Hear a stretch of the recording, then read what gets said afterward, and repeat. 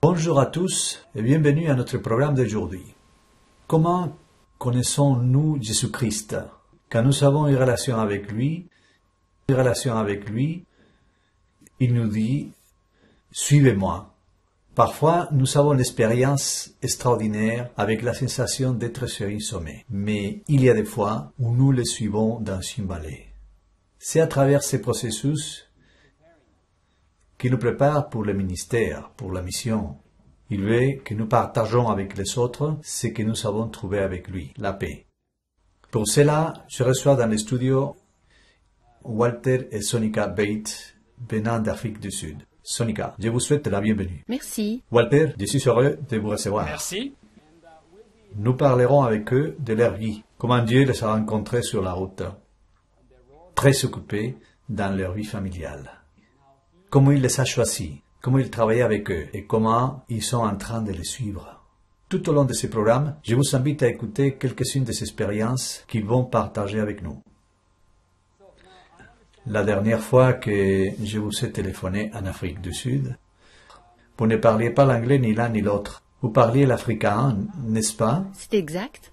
C'est une langue, pour moi, qui est difficile à comprendre. Mais il y a d'autres langues qui sont parlées en Afrique du Sud. Par exemple, il y en a une qui se parle en cliquant la langue. Quel est son nom? On l'appelle Xhosa. C'est très difficile à dire. Mais il y a de nombreuses langues. Et pas seulement celle-ci. Il y en a 22, je crois. Nous avons de nombreuses langues. Il y a 11 langues officielles en Afrique du Sud. C'est une culture très riche et je suis sûr que beaucoup de nos téléspectateurs s'identifieront à des environnements multilingues. Car Dieu aime la diversité dans toutes les couleurs et dans toutes les langues. Mais j'ai aussi entendu Walter parler l'allemand. Et si je comprends bien, vous venez d'Allemagne? Non, je suis né en Afrique du Sud. Oui, j'ai encore une étiquette qui dit « fait en Afrique du Sud ». Mes parents, mon père cherchant à survivre pendant la période de forte inflation en Allemagne, mon père a émigré en Afrique du Sud et c'est là-bas qu'il a connu ma mère. La famille de ma mère venait aussi tout juste d'émigrer dans l'Allemagne et c'est comme ça que j'ai appris l'allemand à la maison. Alors, vous avez été élevé dans une foyer allemand, mais en Afrique du Sud. En Afrique du Sud, oui. Maintenant, je comprends quand vous disiez que votre père et votre mère avaient la même culture allemande, mais leurs croyances religieuses étaient différentes. Oui, mon père était catholique romain et enfin, avant d'émigrer en Afrique du Sud, il avait pensé sérieusement de revenir au sacerdoce. Et c'était un catholique romain très fervent. Mais votre mère avait une foi différente. Oui, elle était luthérienne, elle était protestante. Et quand ils se sont mariés, ils ont décidé de ne pas faire de la religion un problème. Et mon père fut le premier à participer à un mariage double. Ma mère avait une jumelle et elle voulait désespérément se marier le même jour que sa sœur, mais eux, ils étaient tous luthériens. Et alors, mon père et ma mère ont eu leur cérémonie dans la cathédrale catholique dans la ville du Cap, en Afrique du Sud, et tout de suite après, ils se sont rendus à l'église luthérienne allemande, et là, ils ont eu le double mariage. Et je pense que mon père a eu quelques problèmes avec l'église à cause de cela. C'était avant le Concile Vatican II, et si vous n'apparteniez pas à l'église catholique, vous étiez perdu. Et je crois que cette situation lui a toujours causé un problème grave par la suite. Oui, il a toujours eu un problème après. Mais ils ont dû trouver une solution, sinon un grand conflit religieux aurait eu lieu dans la famille. Oui, je ne sais pas. Ma mère était très, très religieuse, mais elle a accepté que je reçoive une éducation catholique. Pour moi, c'est quelque chose de difficile à comprendre aujourd'hui, mais c'est ce qu'elle a fait. Vous avez été élevé catholique, et cela signifie que vous alliez dans une école catholique? Non, je suis allé à une école allemande, et il y avait une grande école allemande à Cape Town, à Le Cap, et pour la plupart, c'était des luthériens, mais ils avaient une période d'instruction religieuse séparée pour les enfants catholiques. Je comprends que c'est pendant cette période que votre mère a commencé à avoir quelques problèmes de santé. Oui, elle est devenue très malade quand j'avais 8 ans. Elle a eu le cancer et ils lui ont donné 3 à 4 mois de vie, mais elle a survécu pendant 4 ans. Une souffrance énorme. Elle a souffert, et elle a souffert beaucoup. Je pense que chaque fois qu'il y a une maladie grave dans une famille, cela produit beaucoup de tension. Elle ne vous donnait pas peut-être toute l'attention que vous attendiez. Que s'est-il passé à ce moment-là? J'étais habitué au fait que ma mère était très malade. La dernière année de vie, elle l'a passée essentiellement allongée dans le lit. Elle avait eu tellement d'opérations chirurgicales et les techniques n'étaient pas si avancées à cette époque-là. Et quand elle a dû faire de la radiation, ils l'ont brûlée jusqu'à avoir une peau noire. Quand ils lui ont trouvé le cancer du côlon, ils l'ont opérée et ils lui ont enlevé une grande partie de son intestin. Elle a eu une colostomie, elle a eu aussi le cancer du sein, et après le cancer neural, et après le cancer du cerveau, et puis finalement, elle est morte. Mais elle a vraiment souffert. Ce qui fut une vraie maladie dévastatrice, bien sûr. Je comprends quand un enfant amène avec soi toutes ces expériences à l'école, et que certains conflits qui se passent étaient dus à la situation que vous aviez dans la famille. Oui, tout le monde savait que ma mère était sur son lit de mort. Et une religieuse, une sœur catholique romaine qui me donnait l'instruction religieuse était, comment dirais-je, très zélée pour sa foi. Et elle croyait bien sûr que toute personne qui n'était pas catholique serait perdue. Et peut-être que l'intérêt qu'elle portait pour ma mère, elle voulait la convertir au catholicisme romain. Et elle faisait toutes choses pour essayer de convaincre tout le monde de l'aider dans cette mission. Bien que la sœur catholique avait de bonnes intentions, en voulant faire quelque chose de bon pour votre mère, cette situation ne vous faisait pas du bien. Vous ne compreniez pas ses intentions. Non, je ne comprenais pas la situation. Elle disait que ma mère irait à l'enfer. Et vous savez, quand vous êtes un petit garçon âgé de 8 à 12 ans, votre mère, c'est tout ce que vous avez. Et si vous vivez dans la crainte de recevoir la nouvelle qu'elle est morte quand vous rentrez de l'école, ça vous fait paniquer, surtout quand on vous dit qu'elle est destinée à l'enfer. Et à un moment donné, la sœur me donna de l'eau de Lourdes et me dit que je devais l'asperger sur ma mère et dire une prière pour elle. Mais je ne savais pas comment faire cela, et alors j'ai porté en cachette la petite bouteille dans la chambre de ma mère. Et pendant que je parlais avec elle, j'ai fait comme si accidentellement la petite bouteille s'était renversée sur elle. Mais rien ne se passa, elle ne s'améliora pas, et finalement j'ai commencé à en vouloir à Dieu de la condamner à l'enfer, car elle était une personne très gentille. Et alors j'étais en colère.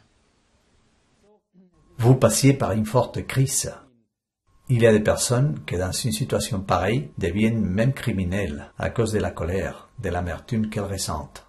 Et en plus, toute cette lutte religieuse avec des personnes qui avaient probablement de bonnes intentions, mais... Enfin, votre mère trouve son repos dans le Seigneur. Elle ne renonce pas à sa foi et s'endort dans le Seigneur. Après, que se passe-t-il? Eh bien, après cette date, quand j'avais 12 ans, les choses sont allées de pis en pis. Mon père, après une période, s'était remarié, mais ce fut une expérience de marâtre comme dans les contes des fées. Mais voilà, un rebelle, je n'aimais pas l'école, je la détestais.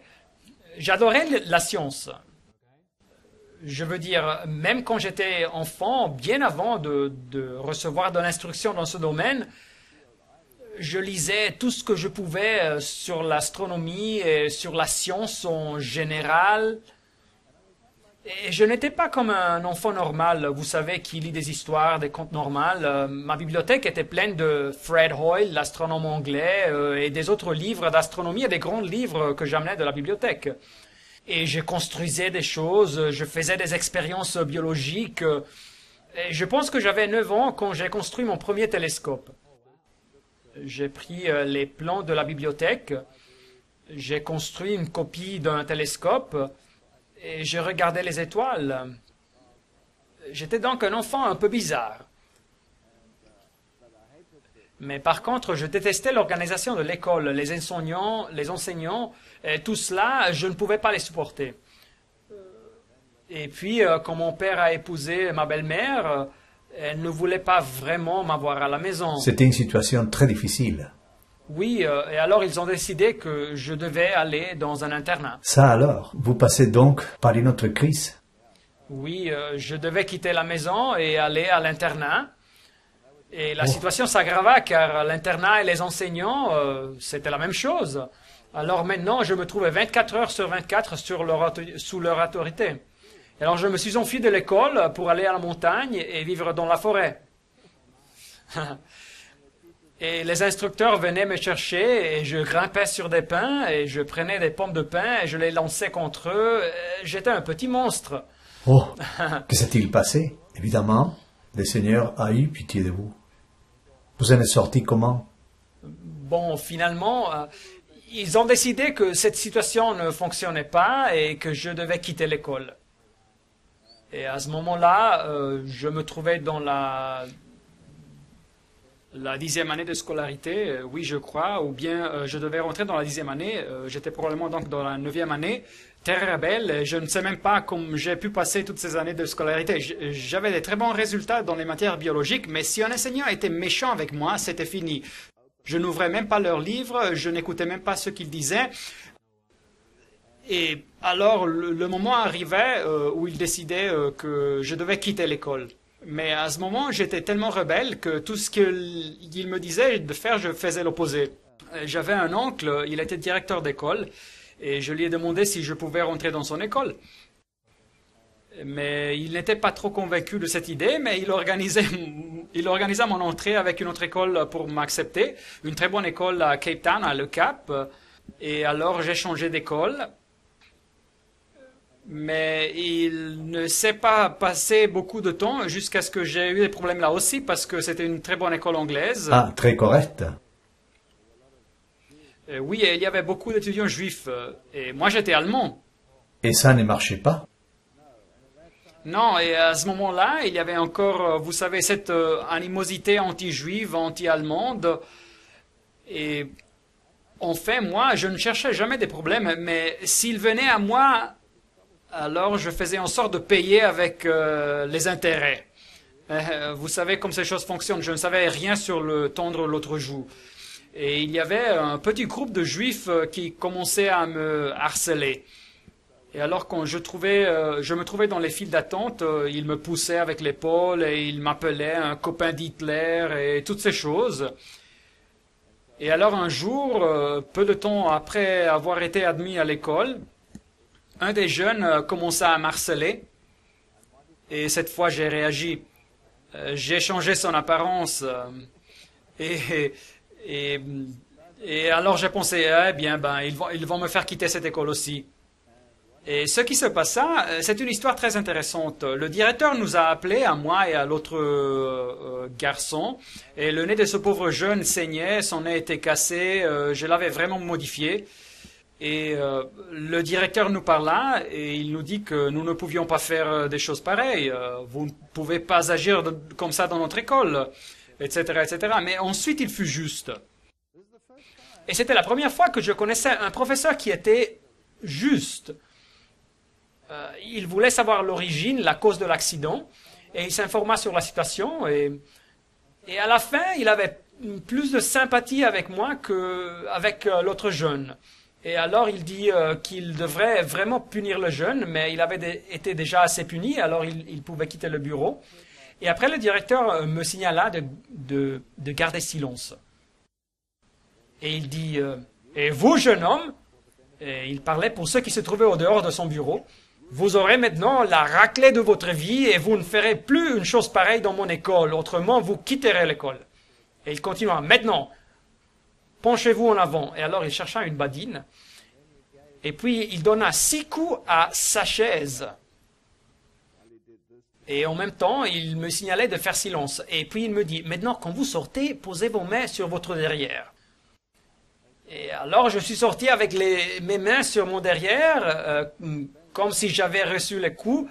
Et à partir de ce moment-là, ils n'ont jamais plus causé des problèmes avec moi. Alors donc, il est utile parfois d'être un peu agressif, même si ce n'est pas une bonne chose. Mais cette expérience m'a donné à nouveau un sentiment de respect pour le système scolaire. Vous avez commencé à respecter les directeurs de cette école. Oui, et c'est là que j'ai commencé à avoir des meilleurs résultats, car il m'a donné le respect pour le système scolaire. Vous avez continué vos études pour arriver à l'université. Oui, j'ai fait mon service militaire avant de commencer l'université, c'était obligatoire, et puis je suis allé à l'université.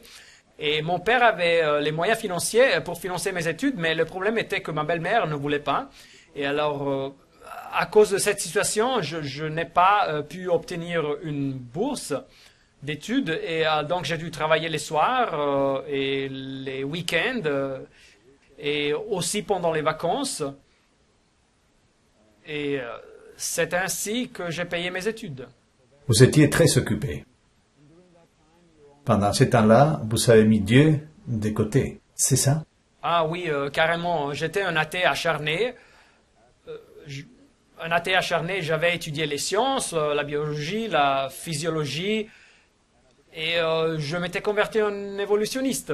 L'université où j'étudiais s'appelait Afrikaans University, l'université de Stellenbosch, où ils ont probablement le meilleur programme universitaire basé sur l'évolution dans l'hémisphère sud. Et ils avaient des liens académiques avec des universités comme l'université de Tübingen en Allemagne, avec laquelle ils avaient des programmes d'échange avec des étudiants. Nous avions des étudiants de maîtrise ou doctorat de Tübingen. Et oui, l'évolution était ce que je croyais, et quiconque parlait contre cette théorie me posait un problème. Alors, vous étiez arrivé à ce point. Vous aviez un colocataire, une camarade de chambre à l'université. Oui. Quand j'étudiais là-bas, mon camarade de chambre, il venait d'un endroit qui s'appelait Natal, assez loin, à 2000 km de l'université. Et de temps en temps, quand on avait une longue période de vacances, je ne pouvais pas rentrer à la maison car il y avait trop de conflits avec ma belle-mère. Alors, quelquefois, je l'accompagnais. Et sa sœur, et la voilà, elle était beaucoup plus agréable que lui. Et donc, finalement, je l'ai mariée pour avoir une meilleure colocataire. Ah oui, j'en suis sûr. Après, vous avez commencé à connaître la famille de Sonika. Et Sonika est rentrée dans votre vie. Sonika, la première fois que vous avez vu Walter, qu'avez-vous pensé de ce jeune homme? Il était très étrange, bizarre. Il portait des jeans tuyaux rigides, des t-shirts troués. Il avait les cheveux longs jusqu'aux épaules. Il était un vrai rebelle. On pouvait le voir, mais il était drôle. Il se moquait toujours de quelqu'un. Il faisait toujours des blagues. Il était très amusant. Alors, en même temps, drôle et rebelle? Oui, drôle et rebelle. C'est de cette façon que vous supportez les crises, ou bien vous déprimez, ou vous devenez un rigolo. Vous commencez à faire des blagues sur la situation. Sonika, votre famille n'était pas non plus, dirions-nous, une famille tout à fait normale, non? Non, mais voyez-vous, mes parents étaient très académiques. Ma mère était professeure de langue. Mon père travaillait pour les journaux et les agences de publicité. Eh bien, nous n'avions pas besoin de Dieu. Nous avons été aussi élevés complètement athées. Mon père nous disait, « Vous ne devez jamais visiter une église, car ils vont vous égarer. Ils vous diront toutes sortes de mensonges. » Donc j'ai grandi avec l'idée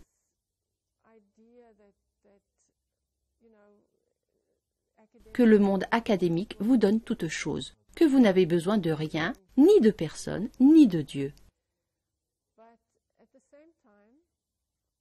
Mais en même temps, je vivais, nous avions toutes ces choses étranges qui se passaient dans la maison. Il s'est passé des choses étranges, c'est ce que vous dites? Oui, mais ça faisait partie de notre vie. J'étais habituée à cela. Nous étions assis sur une chaise et... Mais tu dois d'abord expliquer pourquoi, car ton père était profondément impliqué dans l'occultisme. Oui, mon père, quand il était un jeune homme, ils lui ont demandé de faire un reportage sur poltergeist, c'est-à-dire sur les fantômes et des choses pareilles, dans un endroit en Afrique du Sud. Il visita cet endroit. Il pensait que c'était amusant.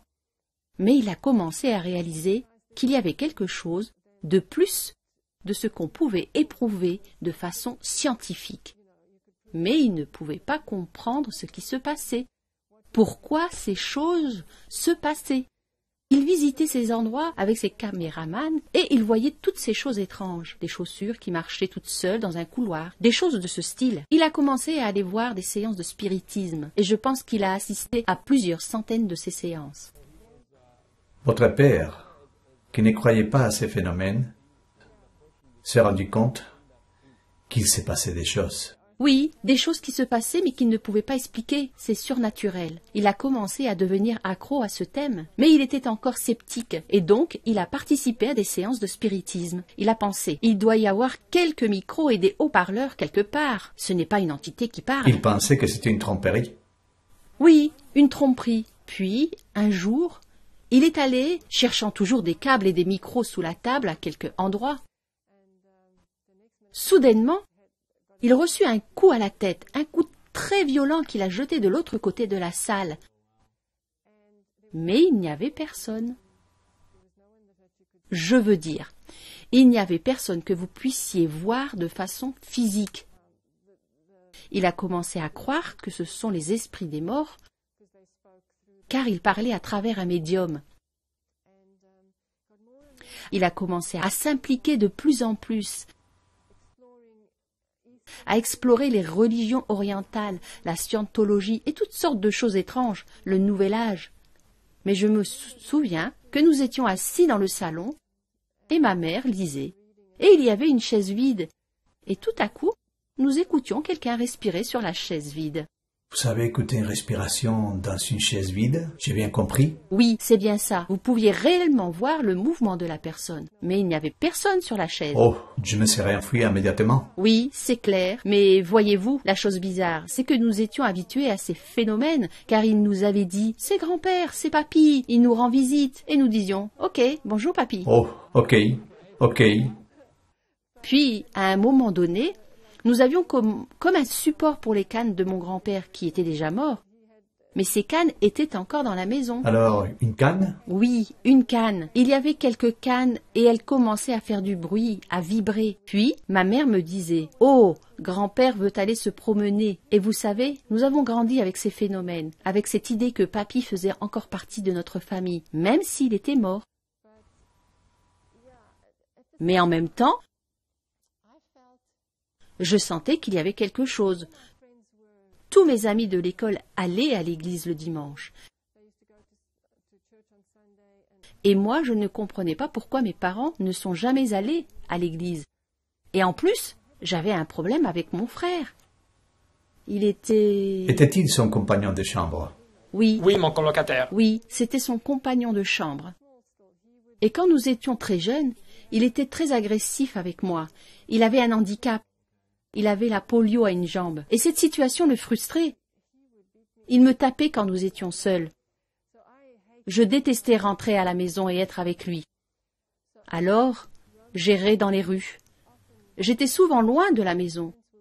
Comme mes parents étaient au travail, je marchais donc partout et je visitais une église l'une après l'autre.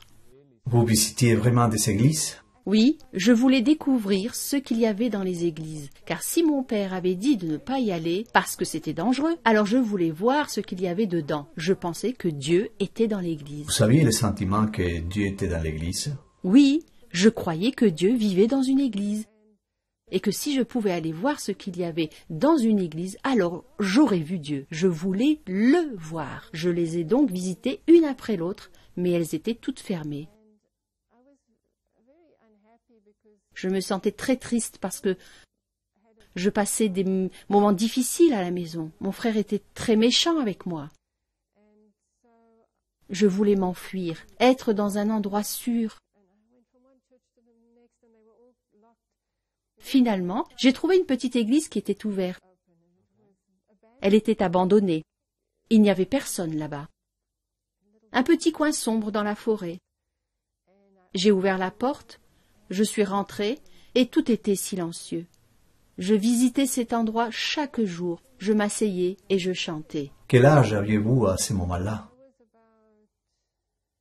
J'avais environ 10 ans. 10 ans. Donc, une fillette de 10 ans qui visitaient cette église. Vous étiez à l'intérieur, dans cette salle, peut-être à moitié sombre, une petite église abandonnée, et vous chantiez toute seule, en écoutant simplement votre voix. Oui, j'écoutais ma voix. Je ne connaissais pas de chansons religieuses, donc je chantais des chants de Noël. J'avais l'habitude de chanter jusqu'à ce que les larmes coulaient, et je pleurais en chantant. Vous vous sentiez très seul, je suppose. Oui, je me sentais seule. Après, vous avez grandi. Votre frère étant toujours méchant, mais il part à l'université. Puis il revient avec cet homme aux cheveux longs et paraissant rebelle. Oui, j'avais 15 ans quand je l'ai rencontré. Et il n'était pas du tout intéressé par moi. J'étais la petite sœur bébé. Mais ce qui s'est passé, c'est qu'il avait une copine et ils ont rompu. Puis il venait à notre maison pour les grandes vacances, les vacances de décembre. Lui et mon frère voulaient aller jusqu'au Mozambique. Et il y avait encore de la place pour moi parce que la petite copine de mon frère venait avec eux. Alors, ils m'ont dit, « Pourquoi ne viendrais-tu pas avec nous ?» Je suis donc allée avec eux. Et là-bas, il y avait cette île romantique où nous faisions de la natation. Il pêchait des poissons et nous vivions de ce qu'il chassait. Et c'est ainsi que j'ai commencé à sortir avec lui. Vous avez fait connaissance de cette famille. Vous étiez athée. Mais il y avait beaucoup de phénomènes de spiritisme qui se passaient là-bas. Que s'est-il passé dans votre esprit, Walter, quand vous étiez confronté à ces phénomènes? Voyez-vous, si vous êtes dans le monde ésotérique, vous ne croyez pas en Dieu, mais vous acceptez le royaume des esprits. Tous ces phénomènes se passaient dans leur famille. Oui. Et j'avais eu de nombreuses discussions avec son frère, qui était évidemment aussi profondément impliqué. Il était un adepte aussi à la scientologie. Et puis j'ai eu de nombreuses discussions avec son père. Et à ce niveau-là, son père était très important dans le mouvement du Nouvel Âge, qui était un mouvement de ces temps-là. Et il fut l'un des premiers à introduire le mouvement dans le pays. Et il a commencé à publier des livres. Il avait publié des livres sur les séances de spiritisme, sur l'espace intérieur et le pouvoir intérieur en mélangeant la philosophie orientale avec le Nouvel Âge. Et en tant que scientifique, je me disais bien, vous savez, il y a beaucoup de choses que je ne peux pas expliquer. Par exemple, vous pouvez parler soit du magnétisme ou bien de la force de gravité. Vous pouvez la mesurer, ou bien le magnétisme, vous pouvez le mesurer.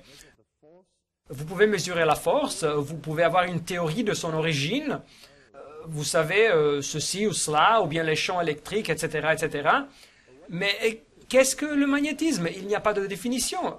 Et pourtant, vous pouvez soulever une voiture avec cette force, ou vous pouvez soulever quoi que ce soit avec le magnétisme.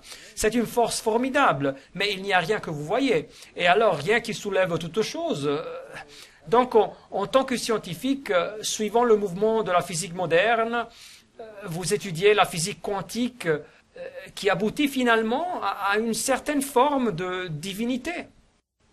Mais ce n'est pas un Dieu personnel, c'est juste quelque chose qui vous aide à faire face à toutes ces forces et aux projections de votre énergie et sur le fait que l'énergie ne peut pas être détruite quand vous mourrez. Alors finalement, vous vous impliquez dans ce genre de choses et il y a une logique et vous pouvez voir ce qui se passe et vous arrivez à la conclusion qu'il y a de la vérité dans ces théories spiritualistes. Vous étiez confronté à tous ces phénomènes et vous essayiez de les encadrer dans votre compréhension scientifique du monde.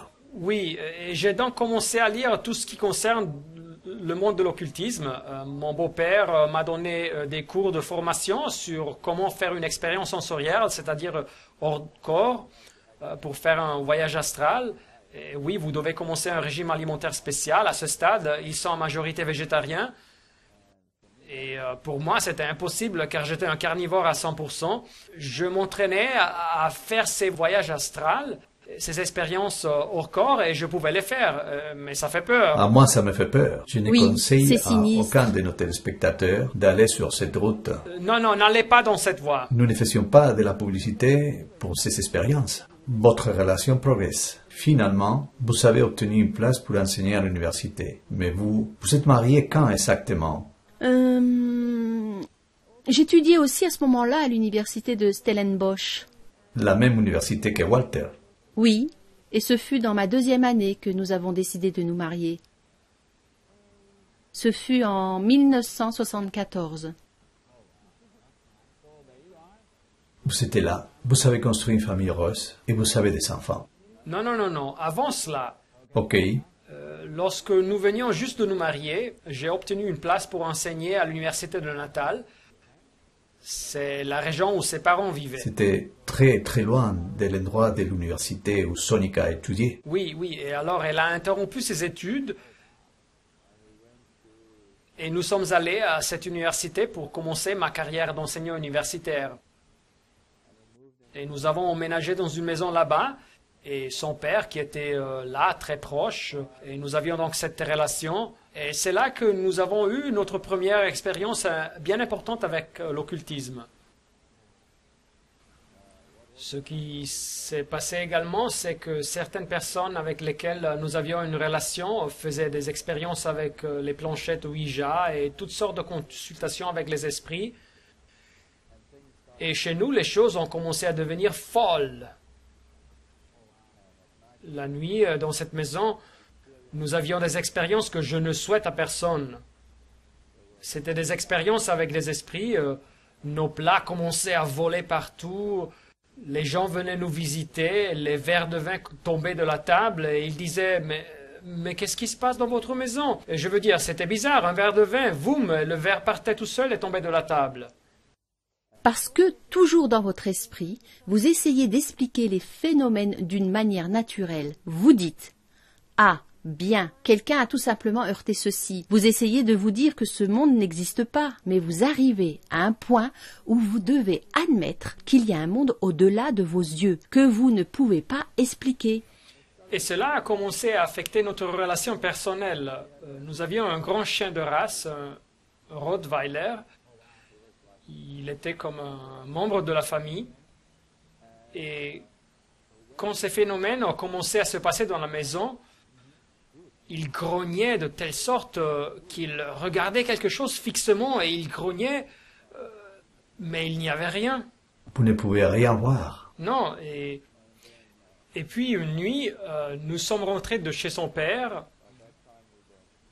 Nous étions assez nerveux car les choses allaient de mal en pis et tout ce que l'on pouvait s'imaginer de mal s'était passé. À ce moment-là, vous avez vraiment commencé à avoir peur. Il y avait quelque chose dans cette maison qui luttait contre vous deux. Oui, Oui, et une nuit, je suis rentré chez moi et j'ai soulevé les couvertures pour me mettre au lit. Nous avions encore des caisses fermées que nous avions amenées de la province du Cap où nous avions déménagé de là-bas. Ces caisses n'avaient pas encore été déballées. Et dans une de ces caisses fermées, ma femme avait certaines choses de son enfance. Et une de ces choses, c'était un chat noir empaillé. Et il s'est trouvé dans une boîte totalement fermée. Et quand je voulais me mettre au lit, ce chat noir était de mon côté du lit, sous la couverture. Sous la couverture. il a piqué une crise. Et ça m'a fait peur, totalement peur. Les scientifiques n'étaient plus. C'est ça, nous sommes allés chercher la caisse. Cette situation pouvait seulement se passer que par un voleur ou quelqu'un qui était venu et avait ouvert les caisses, quelqu'un qui avait volé des choses et avait laissé traîner les choses partout. Alors nous avons amené les caisses en bas et la caisse était fermée. Il n'y avait rien de changé. Comment ce chat avait pu sortir de cette caisse et se rendre sur mon lit, ça m'a fait devenir fou. Alors j'ai décidé qu'il fallait exorciser cette maison. C'est fini avec la physique quantique et vous revenez à vos racines catholiques. Oui, mes origines catholiques commencent à se faire sentir, mais je ne voulais pas contacter l'Église catholique. J'avais laissé ça à côté, et alors j'ai appelé son père. Vous vouliez que son père fasse quelque chose? Vous ne vouliez pas avoir des contacts directs avec l'Église catholique? Oui, son père est venu à la maison et il a fait ce qu'il devait faire. Oui, de l'ail dans les coins. De l'ail, il a fait des signes, des pentagrammes partout, et il a commandé que la paix vienne dans cette maison.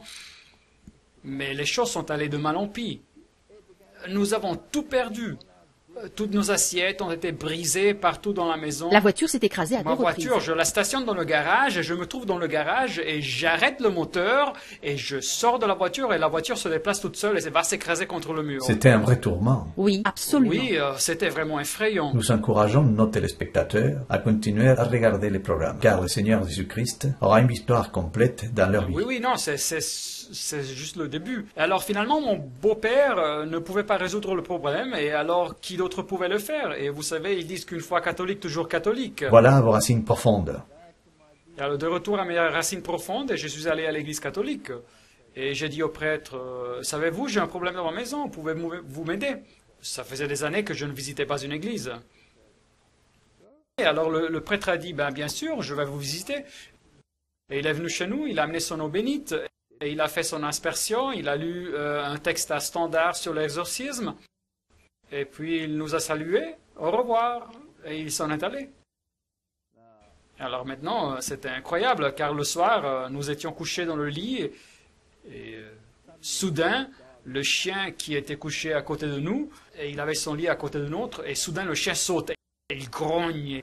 Il grogne, et il grogne, et vous sentez, vous savez, les cheveux qui se dressent sur la tête. C'était terrifiant. C'était vraiment effrayant. Vraiment effrayant. Et alors, nous sommes tout seuls dans cette maison, et juste ma femme et moi.